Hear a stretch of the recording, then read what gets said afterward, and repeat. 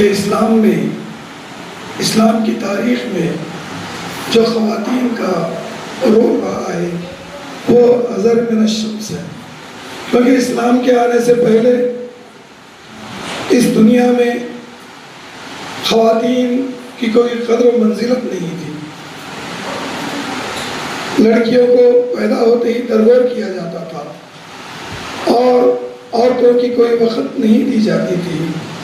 مگر میرے آقا صلی اللہ علیہ وسلم نے جس دین کو اس دنیا میں لایا، اس دین میں عورتوں کو برابری کے حقوق ملے. یوم خواتین کیوں منایا جاتا ہے؟ میں تو اکثر شاید مبین صاحب کو بھی حیرت و محسوس ہے، ہم جس چیز کی قدر کھونے لگتے ہیں اس کا یوم مناتے ہیں. ماں باپ کی قدر جب کھو جاتی ہے احساس ہوتا ہے کہ نہیں وہ بہت کچھ ہے، تو ہم یوم مادر مناتے ہیں. پھر جو بھی ہم چل رہا ہے، اب رہا یہ بات یوم خواتین واقعی منانا چاہیے یا نہیں چاہیے. ہر دن یوم خواتین ہے. جب بچہ چیختا ہے تو ماں ہی پوچھتی ہے کہ کیا ہوا، اس کی صبح ہی ماں کی آواز کے ساتھ ہوتی ہے. تو لہٰذا اب ہم یہ دیکھیں، جب ہم کائنات بنائی گئی تو اللہ کو کیوں خیال آیا کہ ہوا کو بنایا جائے؟ اس لیے کہ کائنات اسے ادھوری لگی تھی. اس کی اپنی تخلیق میں ایک چیز کی کمی ضرور تھی جو زندگی کو روشن کر سکے، خوبصورت کر سکے. وہ جمالیات کے احساسات جو دنیا میں ہیں اس کا احساس دلا سکے، اس کے لیے ضروری تھا ایک عورت کی تخلیق کی جائے. تو ہماری تخلیق کا مقصد ہی یہ ہے کہ زندگی میں جمالیاتی رنگ، زندگی کی رنگینی، قدرت کے ان شاہکاروں کو ہم روشناس کرا سکیں نسلوں کو. اس لیے عورت کا درجہ بہت بڑا ہے ہر دور میں. جب آپ گھر میں ہیں، ابھی بیٹی ہیں، تو آپ یہ سوچ لیجئے کہ آپ خاندان کا وقار ہیں، آپ خاندان کی شناخت ہیں. کوئی ایک لڑکا غلط ہو جائے تو لوگ یہی کرتے ہیں خاندان کیسا ہے، یہ کیسا نکل گیا. یقیناً ایسا ہی کہا جاتا ہے. لیکن پورا خاندان بگڑا ہوا ہے، مگر ایک بچی اچھی نکل گئی تو نہیں، ان کے خیال میں یہ بچی ہے بولا جاتا ہے. لیکن خاندان سب اچھا ہے، ایک بچی کا قدم غلط ہو گیا تو کہا جاتا ہے چھوڑ دو، ان کے گھر کی بچیاں ایسی ہیں. ہوتا ہے، میں سچ کہہ رہا ہوں. تو یہ یقین جانیے لڑکیوں کے قدم ہی خاندان کو روشن کرتے ہیں. تو آپ اپنے خاندان کا نام ضرور روشن کریے، اور ساتھ ہی ساتھ آپ ہی سے خاندان بنتے اور بگڑتے ہیں. جب تک گھر میں عورت کا رول صحیح نہ ہو وہ گھر روشن نہیں ہوتا، چاہے کسی بھی اس میں، بیٹی کے روپ میں ہو، بیوی کے روپ میں ہو، ماں کے روپ میں ہو، بہو کے روپ، ہر روپ میں اس کا قدم بہت ہی مضبوط، بہت ہی ثابت اور بہت ہی روادار ہونا چاہیے. قانون بھی معلوم ہونا بہت ضروری ہے. ہندوستان میں عورتوں کے، خواتین کے حقوق کیا ہیں؟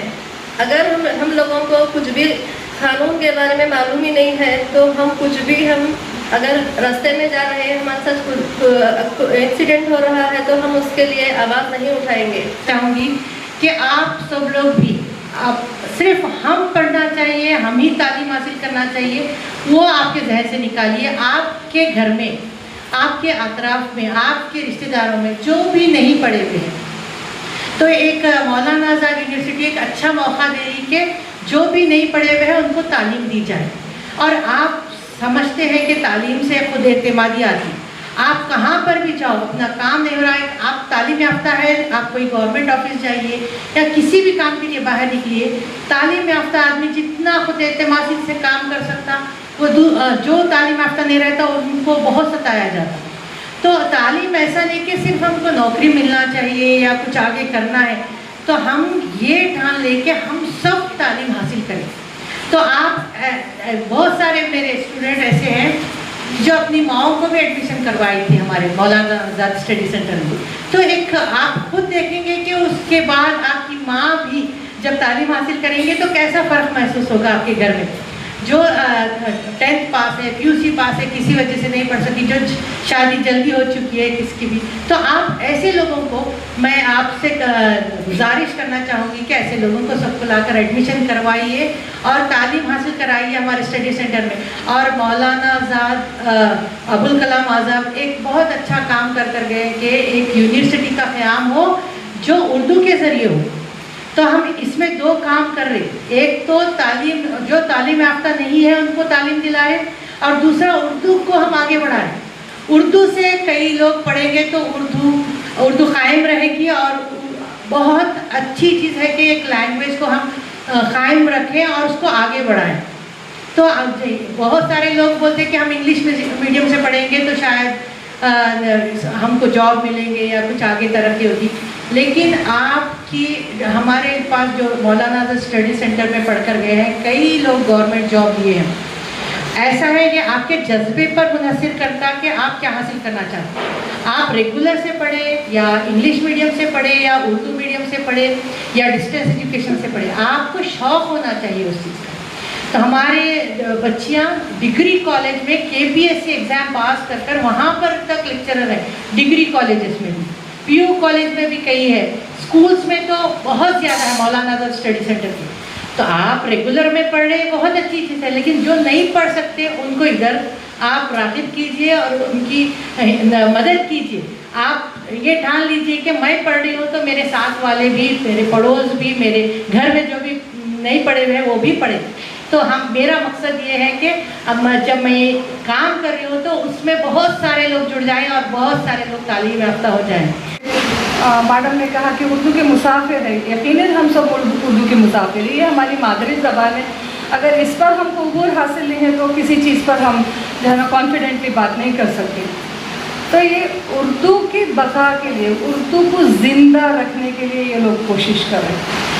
ہوتا کیا ہے سرکاری اداروں میں یا پھر کہیں بھی آپ جائیے, اگر ایسا چلتے آ رہا ہے کہ کہیں اپوائنٹمنٹ ہو جاتا, اگر وہ برانچ سے, اردو برانچ سے اگر کوئی ریٹائر ہو گیا تو پوسٹ کو ایبالش کیا جا رہا ہے. تو اس قسم کا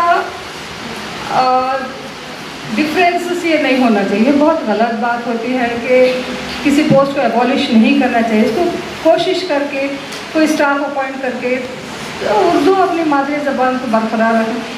اس کے لیے بہت سارے ریلیز ہوتے چلے گئے اور ہوتے بھی ہیں, اور بہت سارے فنکشنز بھی ہوتے ہیں کہ اردو کی اہمیت کیا ہے, اس کو کیسا زندہ رکھنا چاہیے.